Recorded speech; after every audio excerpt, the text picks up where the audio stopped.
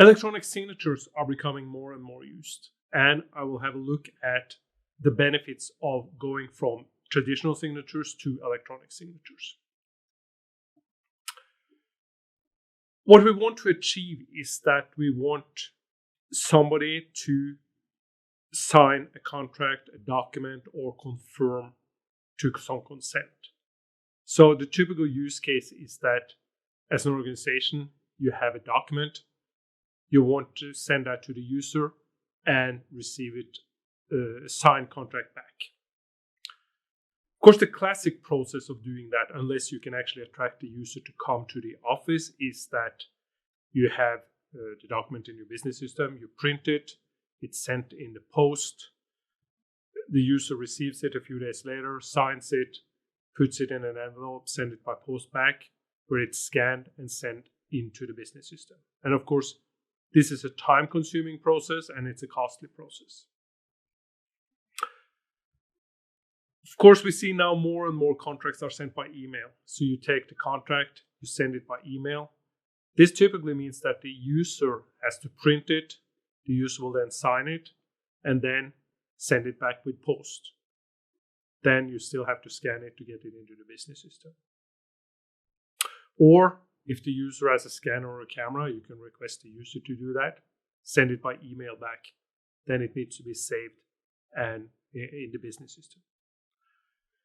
This is still some turnaround time. It takes some effort from the user having to print and scan the contract. So we want to have something better than this.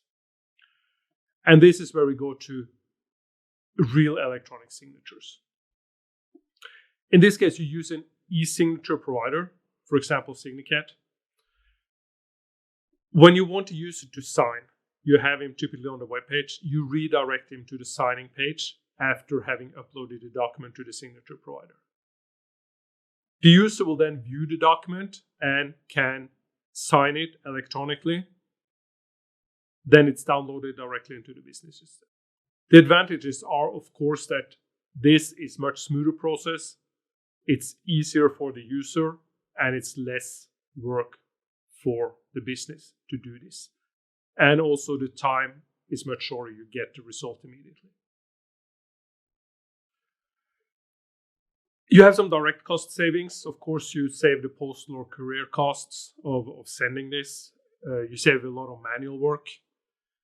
The signing process is simpler, and you also don't have the physical archive. You're doing this all electronically. There are also some indirect cost savings. The efficiency in total, the time it takes per document per customer. You can also monitor where in the process you are. You can see if the user has viewed the document, if it's been signed, etc. And that simplifies the process. And also the user should be more satisfied because it's so much simpler. Everything happens online. It happens immediately. There is no wait. So you have a faster signature turnaround. This also increases the probability of conversion. There is no delay. You have the user to sign when he's in the mood. There are some security benefits, of course. An electronically signed document is what we call PADIS. It's a PDF Advanced Electronic Signature. This is a variant of the PDF document. It's an ISO standard. It can be viewed with any PDF viewer, but if you use Adobe Reader, you can also verify the signature of the document. The document is also tamper evident, which means if there's been any change at all to the document, it will be noticed. That could be very difficult with a paper-based signature. It contains a trusted timestamp, so you will know exactly when it was signed, and it has the evidence of the signature. And typically it will contain the identity of the signer, but not necessarily.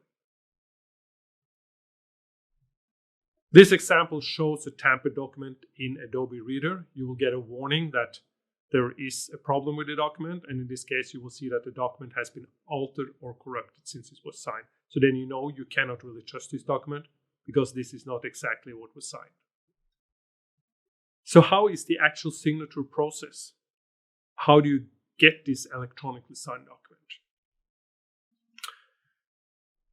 There is a new regulation called eIDAS. which is about harmonizing identity and trust services in Europe, and these also include electronic signatures. And EIDAS operates with 3 levels of signatures: electronic signatures, advanced electronic signatures, and qualified electronic signatures. And these are different levels of security. All of them are legal, all of them are useful, and it really depends on what you need. Having a higher level than you need is just extra cost. So an electronic signature means digitizing a signature. So that covers any means of having an electronic way of signing a document.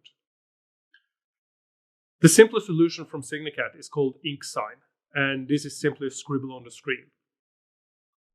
The scribble on the screen is like a handwritten, it's a familiar ceremony, and the advantage is that anybody can use it.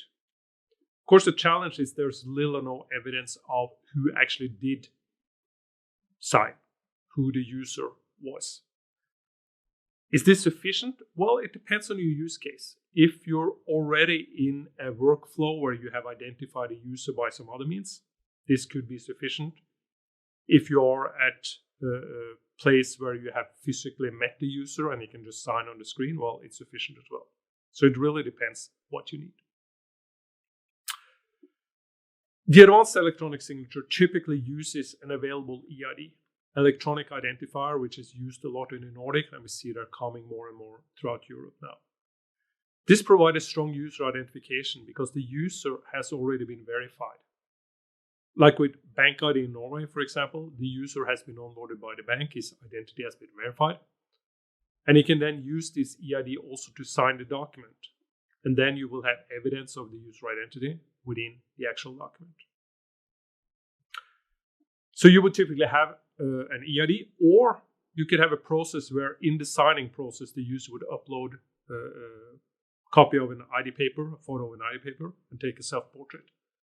This becomes more cumbersome for a user, but of course is an alternative if he or she does not have an EID. The qualified electronic signature is the highest level. It's similar to the advanced, but there are stronger requirements on the signing environment and also stronger requirements on the user identification. So it, in that sense, delivers a higher trust in the signed document. In the Nordics, we see little or no request for qualified electronic signatures, but in other markets, there are requirements coming to have that. So all of them provide integrity. So regardless of which one you use, you will still know whether the document has been tampered with or not.